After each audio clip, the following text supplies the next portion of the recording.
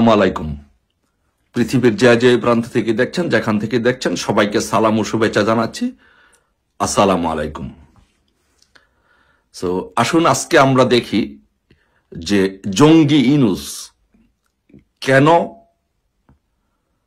জঙ্গিবাদ বিরোধী কাজ করার জন্য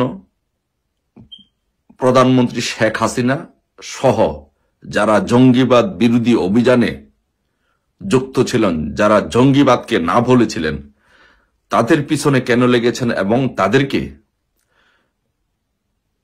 কেন শেষ করে দেওয়ার চেষ্টা করা হচ্ছে। কেন এই জঙ্গি ইউনূস, যারা জঙ্গি বিরোধী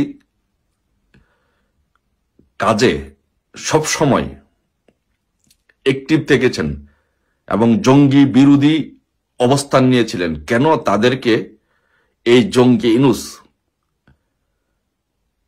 তাদেরকে শেষ করে দিতে চাচ্ছেন। এর অন্যতম কারণ হচ্ছে নাম্বার 1, যেটা হচ্ছে যে সেটি হচ্ছে যে যদি শেখ হাসিনা সহ যারা জঙ্গি বিরোধী অভিযান চালিয়েছিলেন তাদেরকে যদি বাংলাদেশ থেকে শেষ করে দেওয়া যায়, তাহলে এই জঙ্গি ইউনূস বাংলাদেশে সে যে আইএস এর যে এজেন্ডা নিয়ে আসছে সে এজেন্ডা বাস্তবায়ন করতে পারবে এবং বাংলাদেশে জঙ্গিবাদ প্রতিষ্ঠিত করতে পারবে। এই জন্য জঙ্গি ইউনূস মাননীয় প্রধানমন্ত্রী শেখ হাসিনার পিছনে লেগেছেন এবং শেখ হাসিনা সহ যারা জঙ্গি বিরোধী অভিযানে অ্যাক্টিভ ছিলেন তাদেরকে শেষ করে দিতে চাচ্ছেন। বাংলাদেশে 2001 সাল থেকে 2006 সাল পর্যন্ত আপনারা সারা বাংলাদেশে দেখেছেন যে বাংলাদেশ ছিল জঙ্গিবাদের অভয়ারণ্য। বাংলাদেশে 63টি জেলায়, 64টি জেলার মধ্যে 63টি জেলায় একসাথে জঙ্গি হামলা হয়েছে, বোমা ফুটেছে। বাংলাদেশে জঙ্গিবাদীরা 10 ট্রাক অস্ত্র এনেছিল এই জঙ্গিবাদ প্রতিষ্ঠিত করার জন্য। বাংলাদেশে প্রতিষ্ঠিত জঙ্গি গ্রুপগুলোর মধ্যে হুজি, যেটা হরকাতুল জিহাদ, জেএমবি, লস্করে তৈয়বা, জোশে ইসলাম সহ এই বড় বড় জঙ্গি গোষ্ঠীগুলো বাংলাদেশে 2001 সাল থেকে 6 সাল পর্যন্ত তাদের কার্যক্রম নির্দ্বিধায় বাংলাদেশে করতে পেরেছে। এই জঙ্গিবাদের কার্যক্রম 2009 সাল পর্যন্ত এটা বাংলাদেশে চলমান ছিল। যখন 2008 সালে নির্বাচনের পরে বঙ্গবন্ধু কন্যা যখন ক্ষমতায় আসলেন, তখন উনি বাংলাদেশকে জঙ্গিবাদ মুক্ত ঘোষণা করেন। উনি জঙ্গিবাদের বিপক্ষে অবস্থান নেন এবং জঙ্গিবাদকে না বলে বাংলাদেশে জঙ্গিবাদের বিরুদ্ধে যুদ্ধ ঘোষণা করেন। এখন এই কারণে এই জঙ্গি ইউনূস, সুৎখোর মহাজন ফ্যাসিস্ট ইউনূস তখন থেকেই জঙ্গিদের সাথে সম্পৃক্ততা তার বেড়ে ওঠে। জঙ্গিরা তখন তার আশ্রয় নেয় যে কিভাবে বাংলাদেশ থেকে শেখ হাসিনা সহ যারা জঙ্গি বিরোধী অবস্থান নিয়েছে তাদেরকে বাংলাদেশ থেকে বিতাড়িত করা যায়।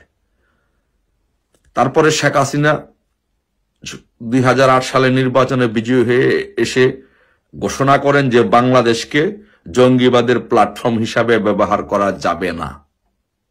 এটি উনি ঘোষণা করেন এবং উনি আরো ঘোষণা করেন যে দক্ষিণ এশিয়াতে, শুধু বাংলাদেশ নয়, দক্ষিণ এশিয়াতে সম্মিলিতভাবে এই জঙ্গিবাদকে মোকাবেলা করতে হবে।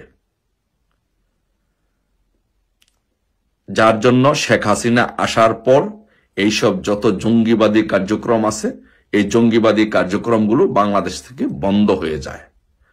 যখন এই জঙ্গিবাদী কার্যক্রমগুলো বাংলাদেশ থেকে বন্ধ হয়ে যায়, তখন এই জঙ্গিবাদী চক্রগুলো, যাদের যে নেটওয়ার্ক আছে, সেই নেটওয়ার্কগুলো এই জঙ্গি ইউনূস, সুৎখোর মহাজন ইউনূসের সাথে যোগাযোগ শুরু করেন। এবং এই জন্যই আজকে এই সুৎখোর মহাজন ইউনূস জঙ্গিদের উপরে ভর করে, জঙ্গিদের সাথে থেকে জঙ্গিদের উপরে ভর করে, জঙ্গিদেরকে ব্যবহার করে বাংলাদেশকে শেখ হাসিনা সরকারের পতন নিশ্চিত করে এক বাংলাদেশে এক জঙ্গিবাদের অভয়ারণ্যে পরিণত করেছে।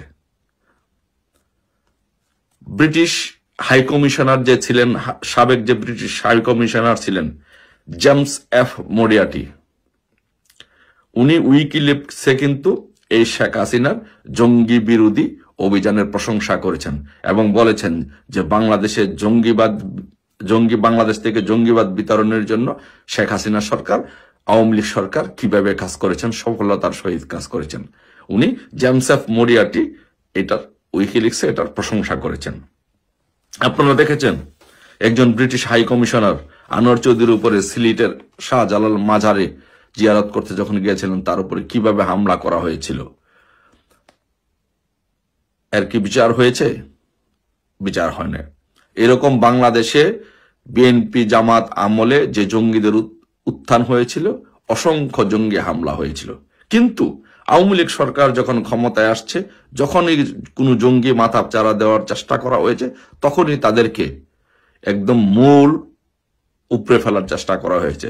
যেমন আমি দুটি ঘটনা বলি, যে হোলি আর্টিজানে যে ঘটনা হয়েছিল এবং রংপুরে যে জাপানিকে হত্যা করা হয়েছিল, এই দুটি হত্যার পরে কিন্তু জঙ্গিদেরকে একদম সমূলে উৎপাটন করার সিদ্ধান্ত হয় এবং একদম তাদের সমূলে একদম তাদের ধ্বংস করে দেওয়া সকল কার্যক্রম হাতে নেওয়া হয়। তাদের বিরুদ্ধে একদম জিরো টলারেন্স ঘোষণা করা হয়। কিন্তু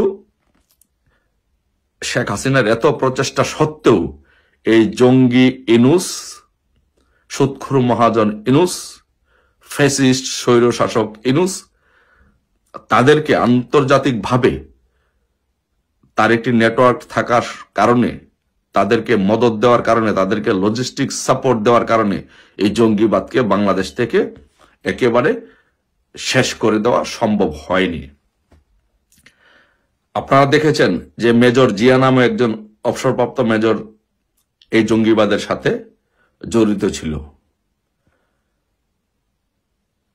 এই মেজর যারা আর্মিতে যারা জঙ্গিবাদের সাথে দু একজন জড়িত ছিল, তারা এই সুৎখোর মহাজন জঙ্গি ইনুসের সাথে যোগাযোগ রক্ষা করেন, যার ফলশ্রুতিতে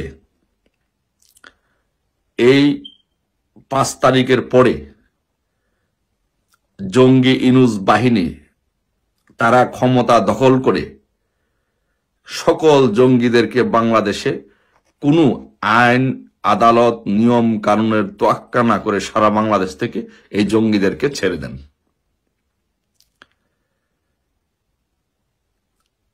এখন বাংলাদেশের প্রতিটি জায়গায়, বাংলাদেশের প্রতিটি ইঞ্চি হচ্ছে জঙ্গিবাদের আস্তানা।